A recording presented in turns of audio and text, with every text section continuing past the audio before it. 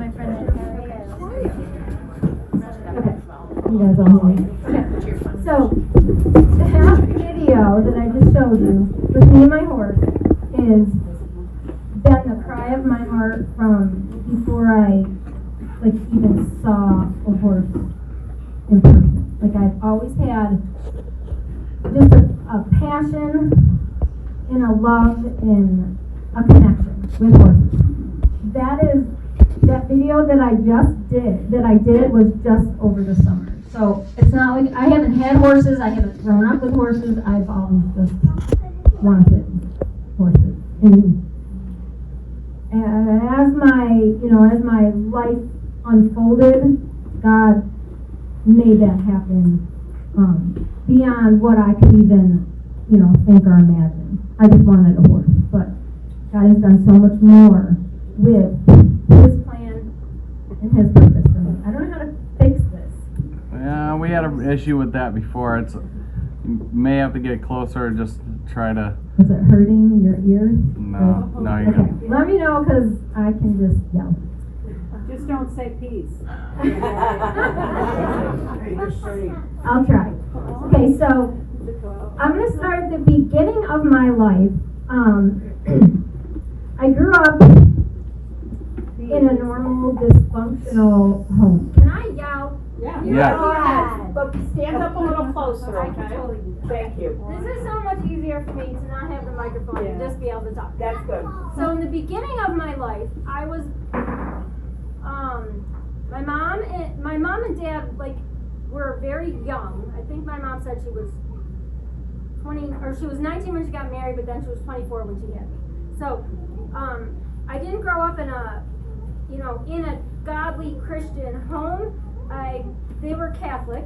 My mom was Catholic. My dad was a very Italian Catholic family. And shortly after, my sister and I are 10 and a half months apart. So right after my mom had me, 6 weeks later, she was pregnant again. My dad was in the service, or I don't know, my dad did something. He wasn't around much. And I don't even think my sister was walking when they separated. So I'm going to tell a lot of my beginning of my life and the beginning of my story comes from a lot of trauma. And I didn't know it was trauma until later when I started studying the trauma and the effects of trauma. So this is like the perfect example of trauma and what how trauma affects us in our lives. My mom and my sister and I it was the three of us. I don't ever remember my mom and dad being together. Every weekend we would go with my dad. He always had a different girlfriend. He played in a band. He was very famous in the bars with all the band and all, and so we were always either left with a girlfriend or left with who is now my stepmother. There was a lot of uncertainty and not a lot of safety in just stuff that we could depend on and what we could count on. My sister is 10 and a half months younger, but her personality and the way that God made her we kind of switched roles. So I seemed like the younger sister. I was more insecure than she was. I ended up looking to her for comfort and looking to her for that safety and security or that stability. And the poor girl, she was 10 and a half months younger than me. That was a lot of pressure on her, but it's kind of part of her personality, and that's what I look to. My mom did the best that she could with what she knew. She grew up in a dysfunctional, unhealthy family. So it was generation after generation after generation, and now me. And it wasn't easy. It was really hard. I was lonely a lot. I was fearful a lot. I felt like you know, as the years went, you know, as the time went on, probably 4 years old, my mom met my stepfather. So it was like she was going, you know, she was looking for somebody else to take care of her, somebody else to support her or to take care of us. But he was not a good guy. And I can't remember when they got married, you know, maybe I was 5 or 6, or, I don't know, 7, something like that. I don't remember time-wise, and especially because of all the drugs I did, my brain is kind of fried. So, I should have started with that, but I am Corrie, and I used to say I am Corrie and I'm an addict, but that was a long time ago. I am no longer. Now I can stand here before you and say, I am Corrie, and the chains are broken. They are broken, they are no longer that elephant that Anne-Marie saw me as, where I was stuck and the chains were broken, but I was still stuck in it, and I'm no longer that. So back to what I was saying, like, my stepfather, my mom moved in with him, you know, he was always like, he was an alcoholic himself, and we didn't know God at this time. I think she had just learned about God and learned a different God, a God that was loving, not a God that's, you know, had the gavel or the hammer and said, you can't do this, and you know, all the punishment and all the stuff that she had learned of who God was. She learned something different, but she was still in the middle of it, and so she still was looking for this man to take care of her and her girls. And my sister and I, as young as we were, I don't know really how old we were, but we were young, like 5, maybe 6. We knew she should not marry him because he wasn't a Christian. That's all we knew, but we knew that he was not the guy for her. But she never asked us, so she got married anyway. And it was bad. Growing up, I always wanted to escape. I hated the way that my life was. There was a lot of yelling, a lot of fighting, a lot of arguing, and I was like the scapegoat. I got blamed for a lot of the stuff. I think I got blamed for a lot of the stuff because I was always in the middle of it. I was always, like, my personality was to be like, and I didn't mean to do this, but my personality was to be in the center, to be in the middle, to be the center of attention. And it really, part of it was because I just loved, part of me was like, I just loved life. I wanted to have fun. I loved people. I loved doing things. I loved adventure. And the part of me that God made me was to be brave and to love life, to be brave, to take risks, and to not be afraid. But because of what I was living in, and because of the home life that I had, that kind of got buried, and the fear stepped in. Jake, my stepfather, I think because he was an alcoholic, he just kept moving. He would move from one place to the next, trying to run away from whatever his problems were. By the time I got to 2nd grade, I had been in 7 different schools. So in all that time of being in 3 different kindergartens or 3 different first grade, you know, whatever the class, I was never in a full year of one class. And we went from Oswego to South or North Carolina to Florida to Oswego to back. Like, we just kept going back and forth. And I was not about school. I was about socializing. Like, that's who I am anyway. I don't care about school and learning. I just want to have fun and be at the party. So at school, I was always about making friends. But I didn't have any because we kept moving. And whenever we would move and I moved to a new school, I would be somebody that I wasn't because I didn't know who I was. I got in trouble a lot at school. I was always like trying to go to the nurse or go to the library or skip classes. And even in those first few years of elementary school, I didn't do any work at all. I didn't do any school work. I don't know how I kept moving to the next grade. I just kept moving. They just kept passing me on. She's smart, she's just lazy. It wasn't that I was lazy. It was that I had ADD and couldn't pay attention, or I was paying attention to everything that was around me, including all the kids and all the other stuff that was going on in the classroom, and not school and learning how to do math or read. That, it was not my interest.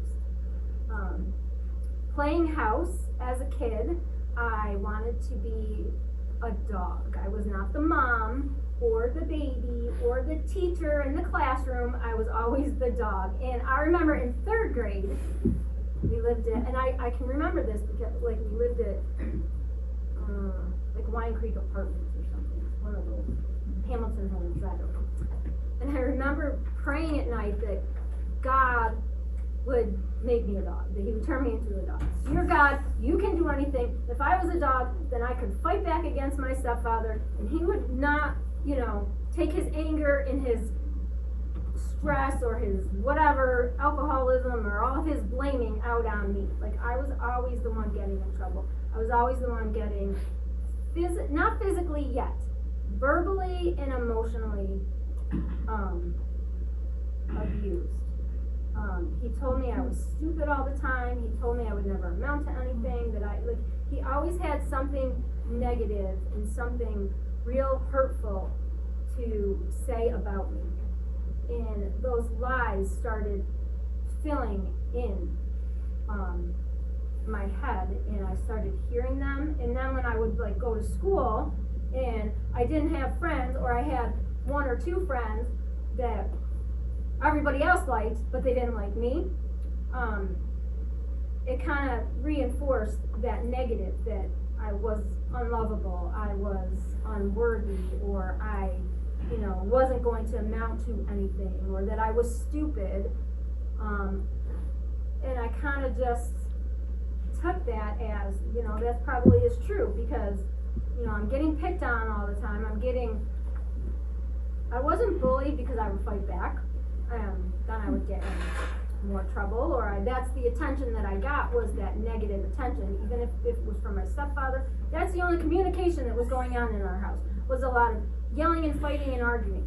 And that's the only attention that I got. When I got in trouble, when I came home with bad grades, or when I got to middle school and high school, things started to get worse. But that was the only communication, that was the only attention that I knew, was to, I don't know, start, just get in trouble with, at least with him, with my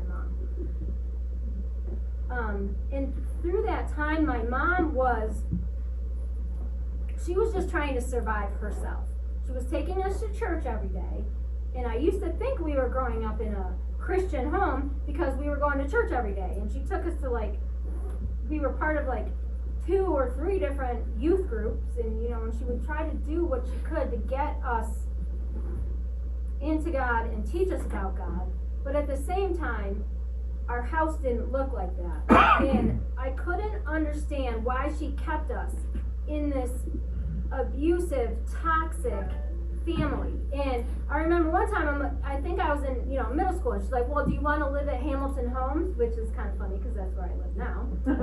She's like, and at that time, back in Hamilton Homes, it was like the ghetto of Oswego. And she's like, do you want to go back there? Because if we leave Jake, then we'd end up being there and being on welfare or whatever, which, again, that's where I was just a few years ago. Praise God. But I was like, I don't care where, I would rather live on the street than live with this guy that is so mean, and, it was a scary place to be. None of my friends came to my house. I was always getting kicked out. High school, I had a dog, a yellow lab, and she was my best friend, my security. She went everywhere with me. She did everything with me. And he threatened to, he would always threaten to just open the door and let her leave and run away. Which she would, but she would always come back. She knew where to go. She knew where to find the houses that loved on her, and she knew the neighborhood, so she would always come back. But he would say, maybe this time she'll get hit by a car. That's how he was. It did start to get physical with him when I started going out to parties every weekend. I was at Broadwell's. I used to hang out at Broadwell's every weekend starting in 10th grade. Wow.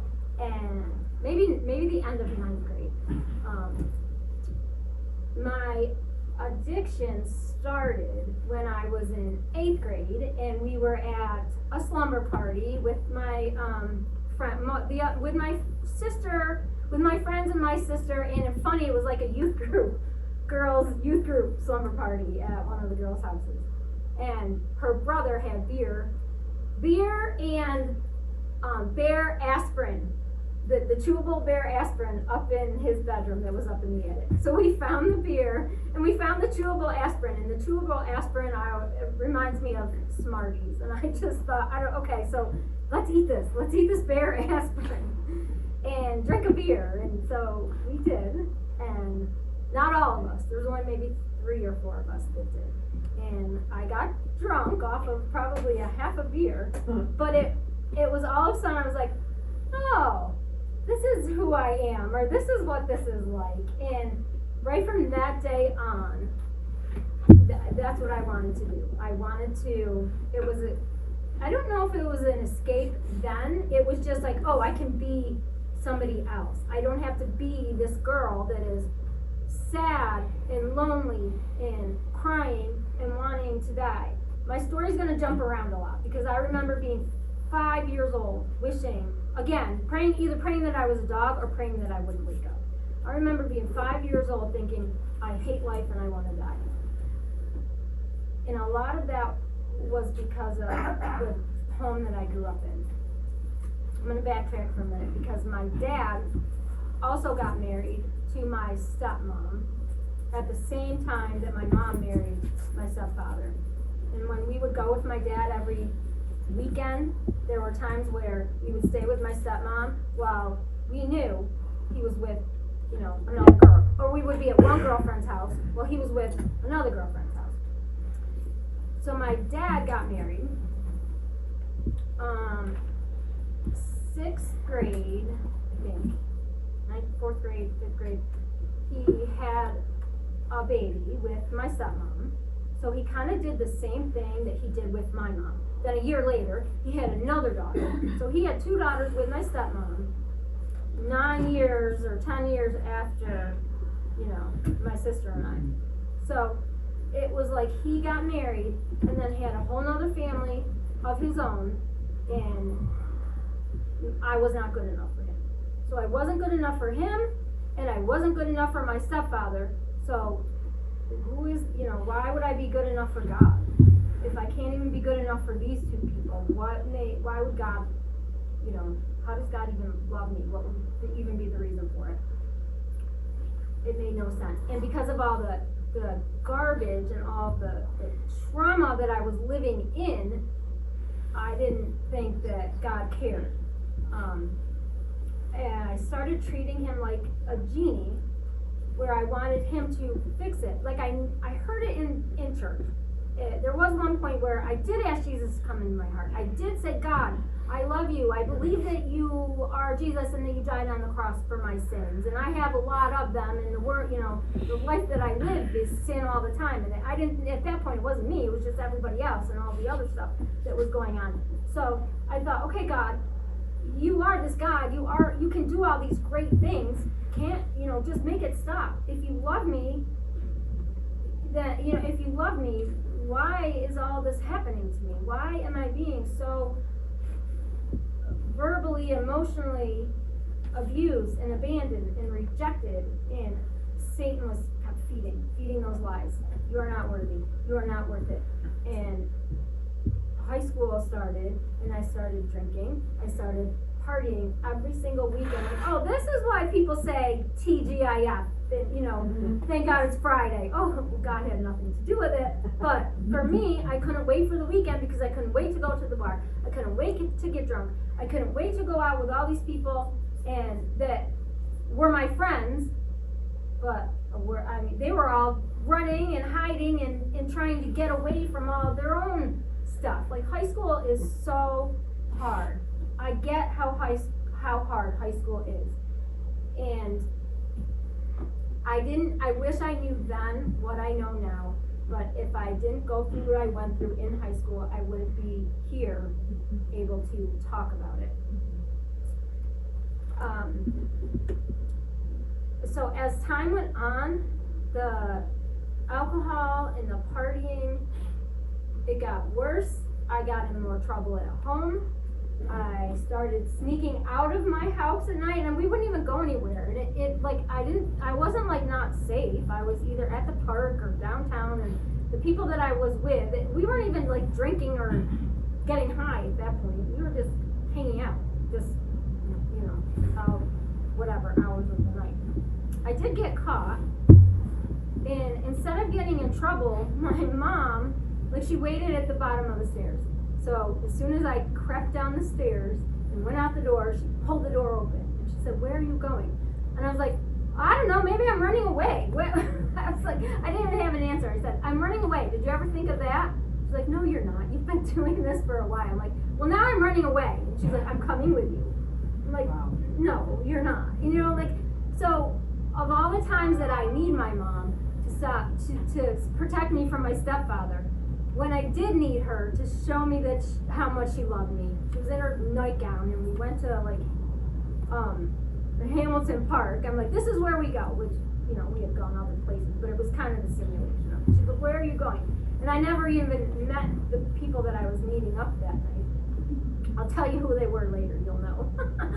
But we just sat on the swings, and I don't even know what I said to her or what we even talked about, but she was just there and she was with me.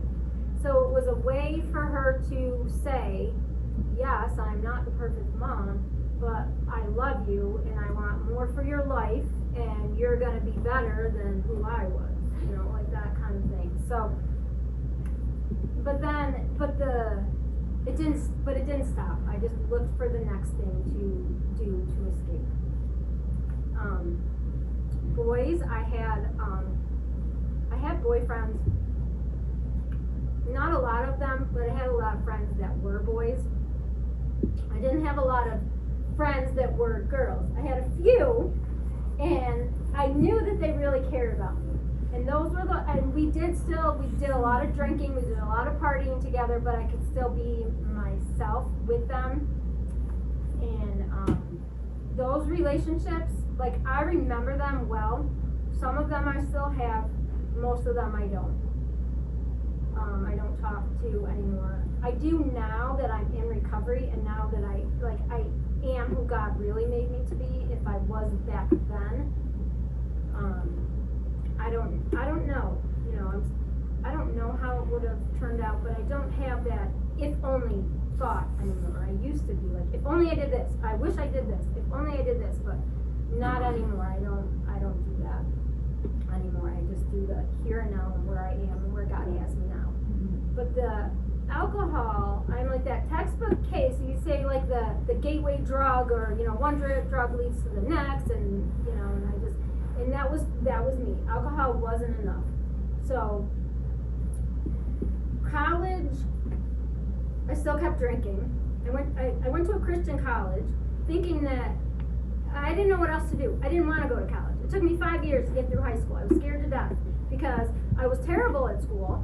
I hated school, the school work. I liked the social part of it. I had a lot of fun in high school. The social part of it was fun, but not the school work. I did terrible in school, and I don't even know how I made it to this college, because it was a private college, and I think I probably got, the only points I got on my SATs were for writing my name. I don't think I got anything else right. And then my sister, my younger sister, probably got like the high score, whatever. Like, she was the complete opposite of me.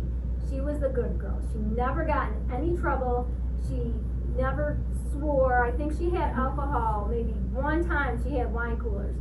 And I used to try to stop her from that because I knew what that life was like, and I didn't want her to be in that life because I knew it wasn't her. And I also knew she couldn't handle it because she was such a good girl. She didn't have the street smarts, and she didn't know what it was like to go to a party and get drunk and puke everywhere and then go again the next weekend and and not remember what you did. And there was a lot of that. So when I say my brain is fried, it is fried. I'm sure we had a lot of fun. I just don't remember it. But that's okay. There's stuff that I don't want to remember. I don't need to remember the details. I just need to remember the hurt and the pain and just trying to escape from life in general. I just wanted to escape life in general. I couldn't get, I didn't know how to live like everybody else does. I went to college for 2 years at Roberts and did terrible again.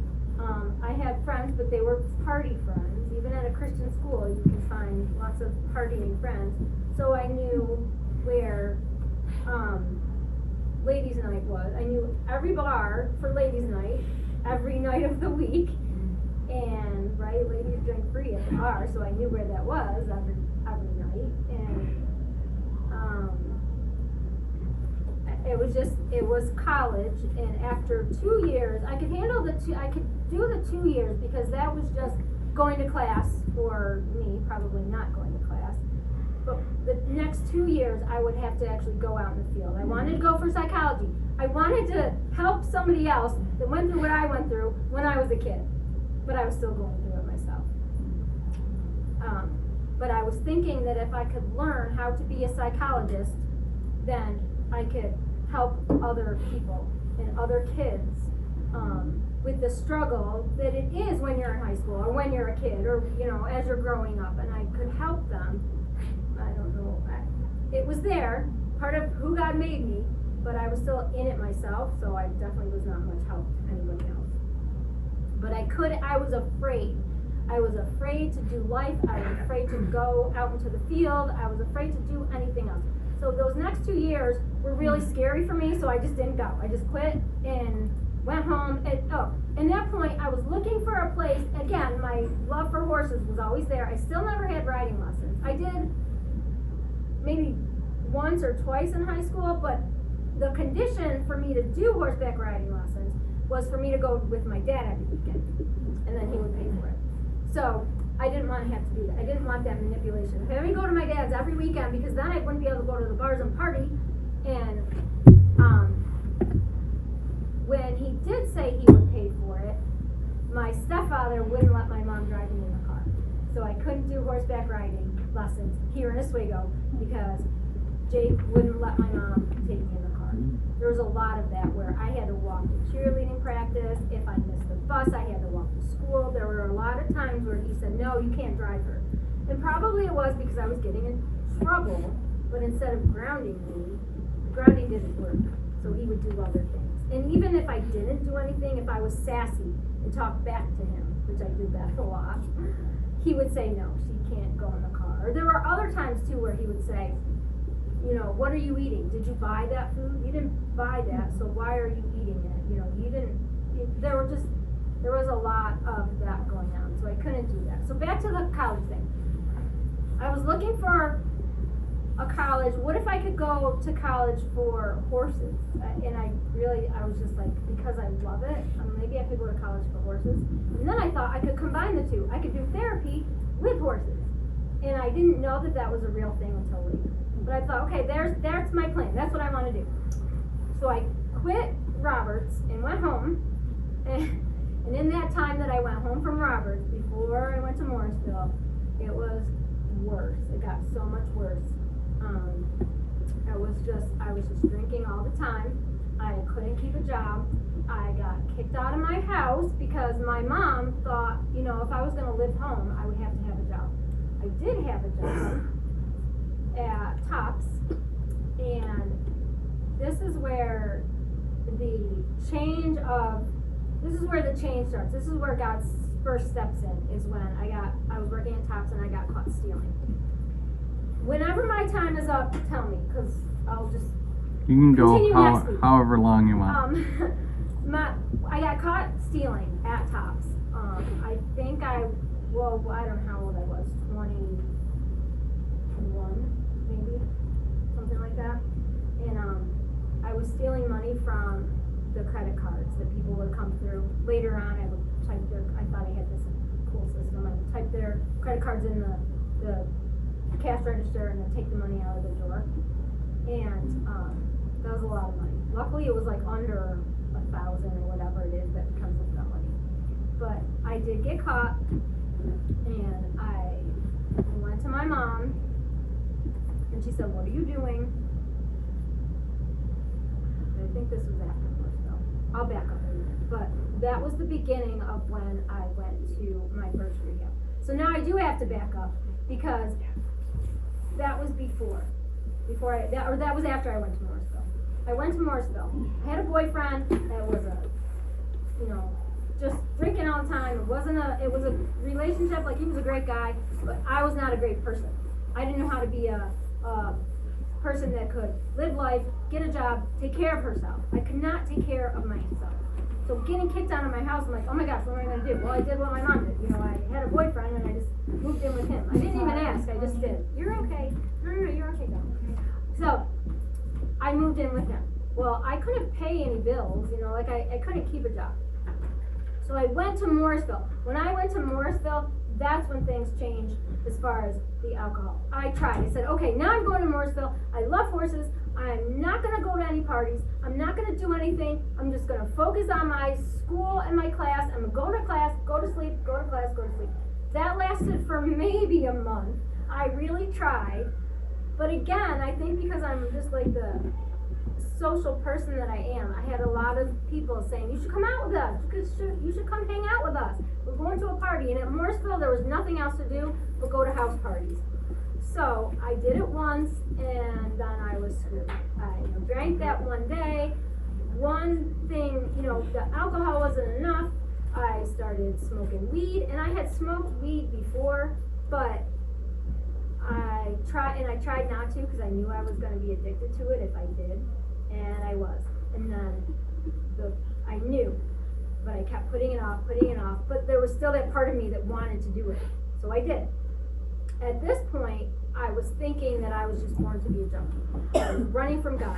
I knew that God was watching me, and every once in a while I'd feel that check in my heart and that check in my spirit, like, Corrie, I'm here. Turn to me. But then I also had that lie saying, you're not worthy enough. You do not deserve God's love, and you are a loser, and you haven't done anything to deserve his love. So the weed was my next go-to thing. That's all I wanted to do was get high. And I was terrible at it. I was paranoid. I was hungry. I had no money. I always had to eat other people's food. And I had no money to even pay for the drugs. So, again, I had a boyfriend. And, I was a girl who knew how to use what she had to get what she wanted.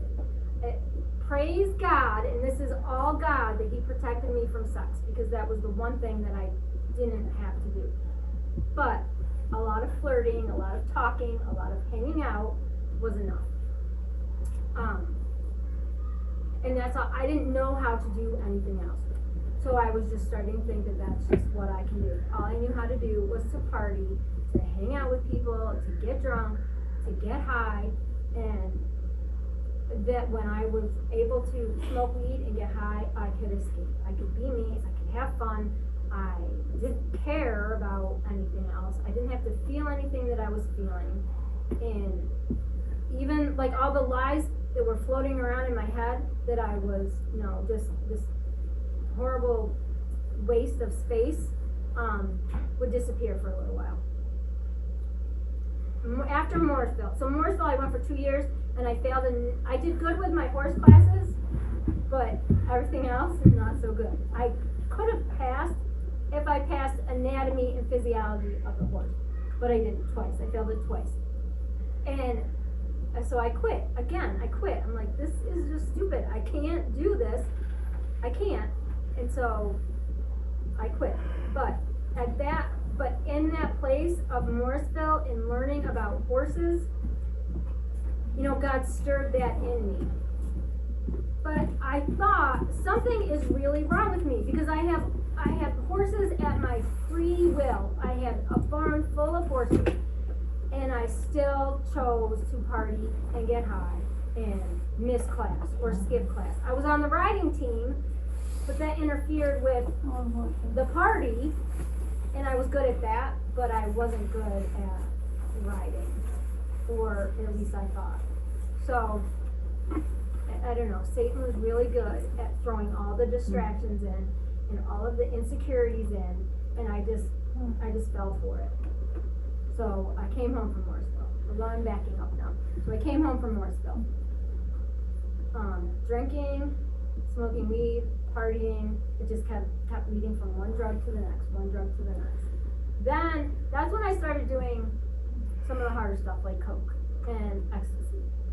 And I was partying with the college kids. I was not really a college kid anymore. Like I should have been like, I was probably 24. Like I should have been a little bit more advanced in the life cycle, but no, I didn't know how to do any of that. I think I probably still felt like a high schooler. And it just kept getting worse. That's when I was stealing. And when I got caught with the stealing, I don't know if I got kicked out then, or I think I was already kicked out of my house at that point. I was already kicked out of my house. I was couch surfing. I was staying with other people. I was living in my car for a little while. I was staying with a friend, a guy friend, but he had a big house, and I stayed with him for a couple of weeks. He was a good friend. He wanted stuff, but I would say no, and then, I would just clean his house for him or something. I didn't cook or anything. I didn't do anything. I just lived there. But that's when I was stealing, and then I went to my mom at this point. Like, my dad got called, even my stepfather, like, they all came to the police station. I'm like, okay, fine, I did it, like, I was, like, completely a mess, and, I don't think at that time they really could have proved, maybe they could have, I don't know, they couldn't have proved that I did it, they wanted me to admit to it. But I was so desperate for help, again, I was crying out for help. All the times that I said that I wanted to die were cries for help. All the times that I thought about suicide all the time, it was just a cry for help because I wanted to escape from myself. That was the first time that I went to rehab. That first rehab that I went to,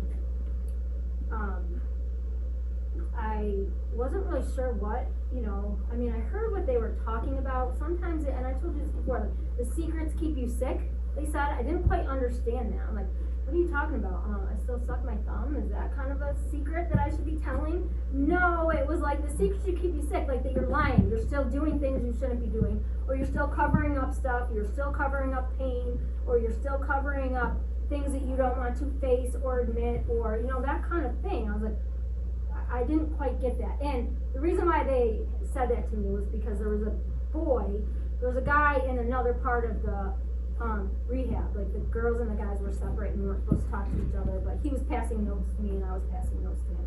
So that was the secret they were talking about. Like, oh, I didn't think that was like such a big deal, but apparently it was. So I did get in trouble for that, but I didn't get kicked out. They kind of threatened to kick me out, but I didn't get kicked out. I also learned about a whole nother world of drugs while I was there. So that was another question that I was asked was, what's your drug of choice? And I said, I was just like, I don't know, the ones I haven't done yet. And I kept hearing, like, I was hearing about crack, and I was hearing about heroin and coke. I was just hearing about all these other drugs that I didn't even know about.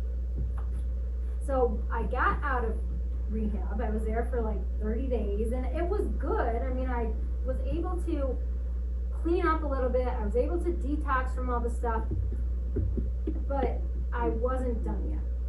So I went to a halfway house, and I can't remember all of the times, but I can tell you I was in rehab 5 different times. I was in, I think, 3 different halfway houses, and I don't know, 2 or 3 outpatients, a lot, anyway. And I was never done. So I went to a halfway house. The very first halfway house I went to, I had to go to outpatient. So I went to outpatient, and I met other people that were trying to get clean or stay clean or were on paper. And I learned about the other drugs that I hadn't done yet, which was crack and heroin. And I tried so hard to not do anything. I tried to be a good girl. I tried to do the right thing. There was that part of me inside that, that part of me that knew who Jesus was. I wanted to love him. I wanted to do the right thing, but I just wasn't done yet. I still wanted to get high. I still wanted to party. I still wanted to escape. I still wanted to do the ones I hadn't done yet. So I ended up doing them. And that became my drug of choice, was heroin.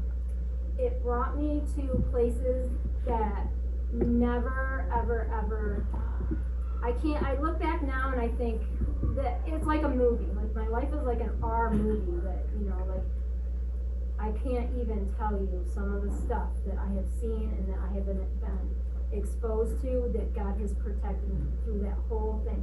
Like the video that I was doing with Laddie, how God protects us and he keeps us safe. I didn't think I was safe. I didn't think he was protecting me. And I definitely was running and hiding from him because I was so ashamed that I had gotten to this place in my life, that this is who I became now, was a heroin addict. Oh my God, for real. Look at me. Don't look at me. I hid from him. Don't look at me. I couldn't look at him. That's just who I was. That's it. I was an addict, and I was a bad one too, because I had other people getting my stuff for me. And, I wasn't even good at that. But I was good at getting high, and so that went on for a while. There were times where I was in jail. The first time that I was in jail, again, my perfect sister who never does anything wrong, in order for me to get out of jail, I had to go live with her. I'm like 26 years, so I don't know how, I was an adult. Are you kidding me? I have to go live with my sister to get out of jail? No. But I did because I didn't want to be in jail anymore. And that lasted just for a few weeks. I had, somebody send me stuff in the mail there, and she caught me, and I can't even remember what even happened, but I had my car at that time, so there was just one day where I left. I can't do it anymore. I tried. I was on the couch. I tried to hide in the house. I tried to not go anywhere, but it was killing me inside to not go and get high. So I did. I went back to Albany and met up with the same people that I was with before, and it just kept getting worse. And that's all I did was live to use and use to live. And I couldn't figure out how normal people got out of their bed in the morning without getting high first. That was so impossible. Like, literally, that was like an unknown realm for me. I was in a different realm. It was like I was outside, or I was inside watching you on the outside, or I was on the outside looking in watching you all. Like, I was watching you on TV. Like, I was in a completely different world.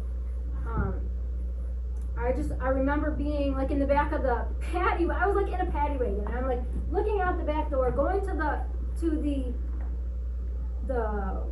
the court to see what my sentence was going to be. I'm like, this is like a movie. Is this real? Like, I'm really in this paddy wagon, in shackles, on my arms, literally chains on my arms and on my legs. And my wrist was so small that I could just I'm like telling the security guard, the security guards, office, whatever they are, these aren't working. I can take them off. And I just took them right off my wrist because my wrist was so small. I'm like, put them back on. But, so I was like making a joke about it, like it was funny, but I don't know, it wasn't funny, but I just was not getting it. I was in jail twice. Once was the first time, and then the second time, I left a halfway house because they wanted to send me to a harder place. Like, what I was there, they said they couldn't help me where I was at. I need a harder, stricter, firmer, I don't know, a harder one. So they were going to send me to a more stricter, harsher halfway house. And I didn't know, I was like, I'm not going there, and I left. And then it wasn't too long. I think it was like a week, 2 days, they found me like 2 days later in a drug house that got raided. So of all the times that this house was gonna get raided, again, God showed up. This time that this house was gonna get raided, it just happened to be the night that I spent the night there. So they found me, put me back in jail. I think I did the rest of my time there for like another 6 months or something, I can't remember. But as I look back, I can see all the times where God stepped in. Like all the times that I was in a halfway house where I didn't overdose. There were times where I could have overdosed. I went through seizures. You know, there were times where I was on the street. I had no food. All we did was spend our money on drugs. I remember going to sleep dreaming about cheeseburgers. I would go to sleep dreaming about food because I had no food. But whenever we had money, you know, all our money went to getting high and getting that next fix because that's all I could do to do anything was to get that fix.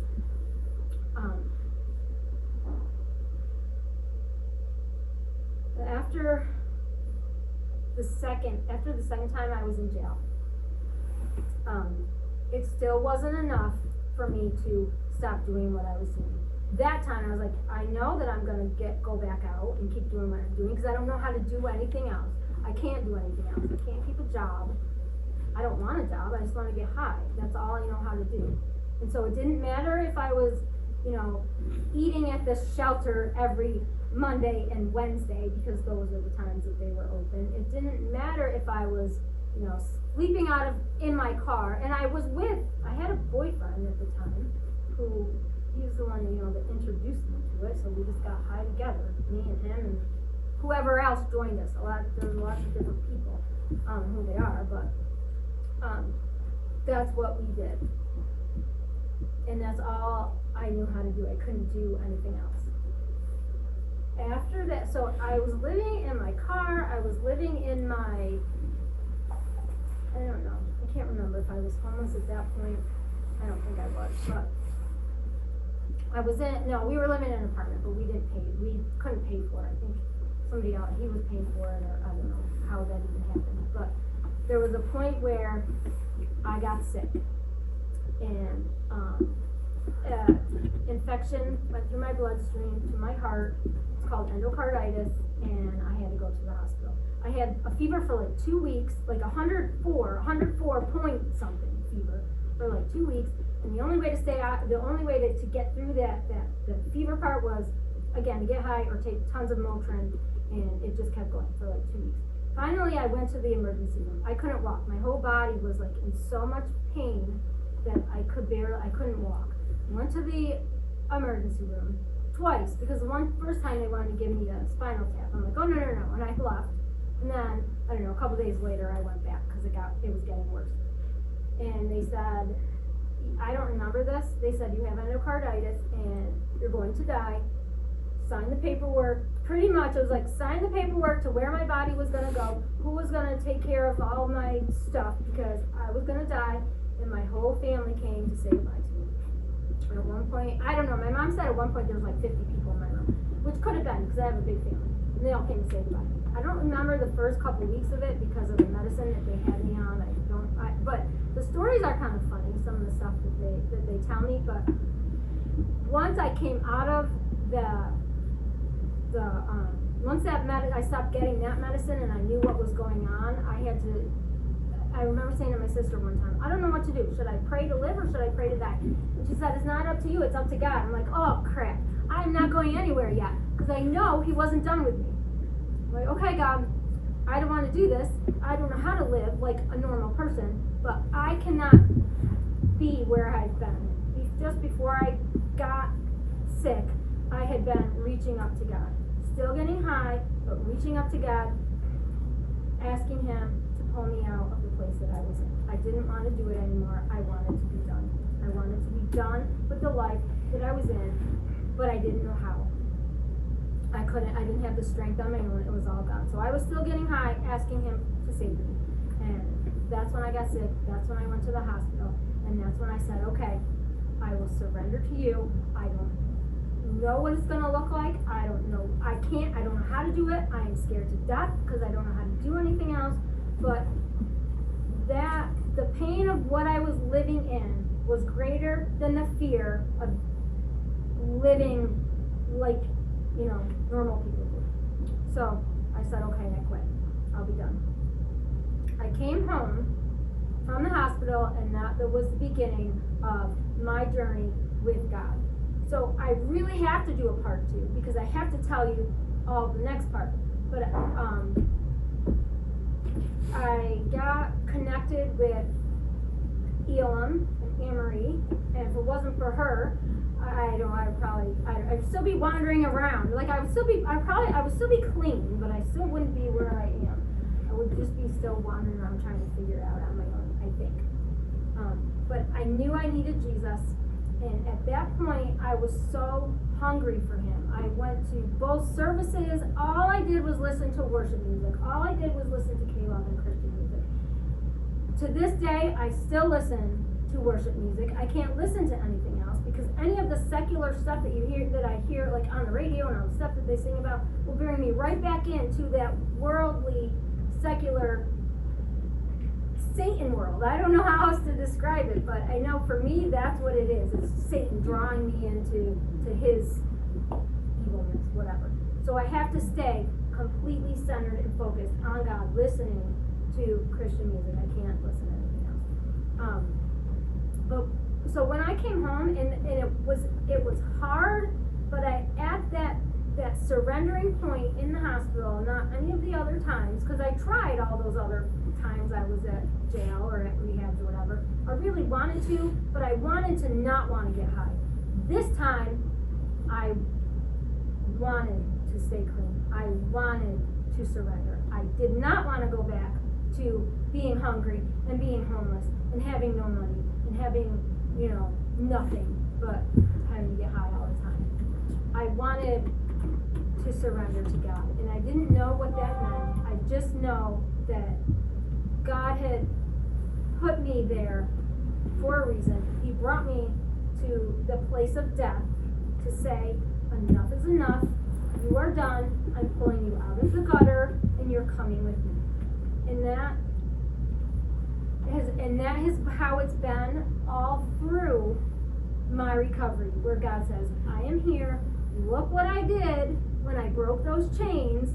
So every time my life gets hard and I think about something getting hard, I think about, okay, I used to be a heroin addict. Like, God broke those chains. If he can do that, he can do anything. Like, he is God, and I am living proof of how great he is, that that's all I did was get high, and now God has done so much more with all of that mess that I made in my life. And I did, because I made those choices. All that mess that I made, he put it all together in a way that honors him and glorifies him. He knows the desires of my heart. I have a horse now that I started with Nikki, but it just keeps showing, God just keeps showing up, where now I can use my horse. Hopefully we can do that someday, where you guys can see like how great he is, and through this horse how great he is, because I can use him. He was part of my recovery, and he gave me that opportunity to show me how great he is through this animal, and now can do it with other people. I use it every summer. I use Laddie every summer to love on the kids that come from trauma at Camp Foundations. My job, I have a job that I can say I love. I got fired from every job I've ever had except for the one that I have now. And because it's all for God's glory. I can love on those teenagers. These are the kids that come from the same trauma that I came through. And now I can just love on them. I don't preach to them, but I just share. Jesus loves them through me every day when I go to work. I do have a part 2 of my story, because I'm a single mom. I've never been married, but I have a 15-year-old daughter. So even through my recovery, I still have the struggles. I still had to try and figure life out. But Keziah is the second part of my story, that God really came, like everything came together. I knew God loved me, but when he gave me Keziah, he said, she's a gift. She's not a consequence of your actions, of having sex before marriage and having a baby. She's not a consequence of your actions. She is a gift, and she is a true gift, because my relationship with Jesus is everything. He is my solid, he's my rock, and he is my focus, and everything I do now is not to find that next fix, but it's just to love on Jesus and show him how thankful I am that he has brought me here to do what I'm doing, which is not anything for me, but to show people how great God is and how much he loves us no matter what we have done. Like, he knows how extreme I am. I had to be not just drinking on the weekends or a partying high schooler, but I had to become a full-blown heroin addict. And then to the point of death, where I had to sign papers to say where my body was gonna go because the doctors told, my family I was gonna die. And then have a baby as a single mom, like everything's extreme with me, but that's who God is. He is that extreme that he makes those huge things that we can not even imagine, that our brains can't even think of, that God can do, because that's how great he is. And I could keep talking about this because I am so excited for what he has done in my life that there's so much more. So I really want to come back and tell you part 2 and part 3 and part 4. There's so much more to it. But I can tell you right now, through all this, I have 18 years, and I am coming up actually on 19 years, that I just got over the full time of my using to now it matches the time that I have been clean. So, thank you all. I'm here if you have questions after. I don't have to go anywhere. So, you can ask me anything about, and I'll give you answers. Okay, thanks. Anyone have any questions? How addicted were you to it? That's all I can do. No, I mean, a giraffe, Yep. that's not good, okay. No, it's not. It's bad. It's bad. Did you see a lot of people overdose? I did. I have a lot of friends that overdose. I You have. never said to yourself, am I gonna live with that? I mean, you saw it. I overdosed myself a few times, and then still, this is the thing with addiction. It's so cunning, baffling, and powerful, just like Satan is. So cunning, baffling, and powerful. Even though I went through, there were times where I had seizures, I had convulsions, and as soon as they were over, I might have gave myself a couple hours or whatever, and I would go back to doing it again. So it didn't matter. It's such an addiction that I had no control over it. It took over my life, and I had no control. It was all a drug.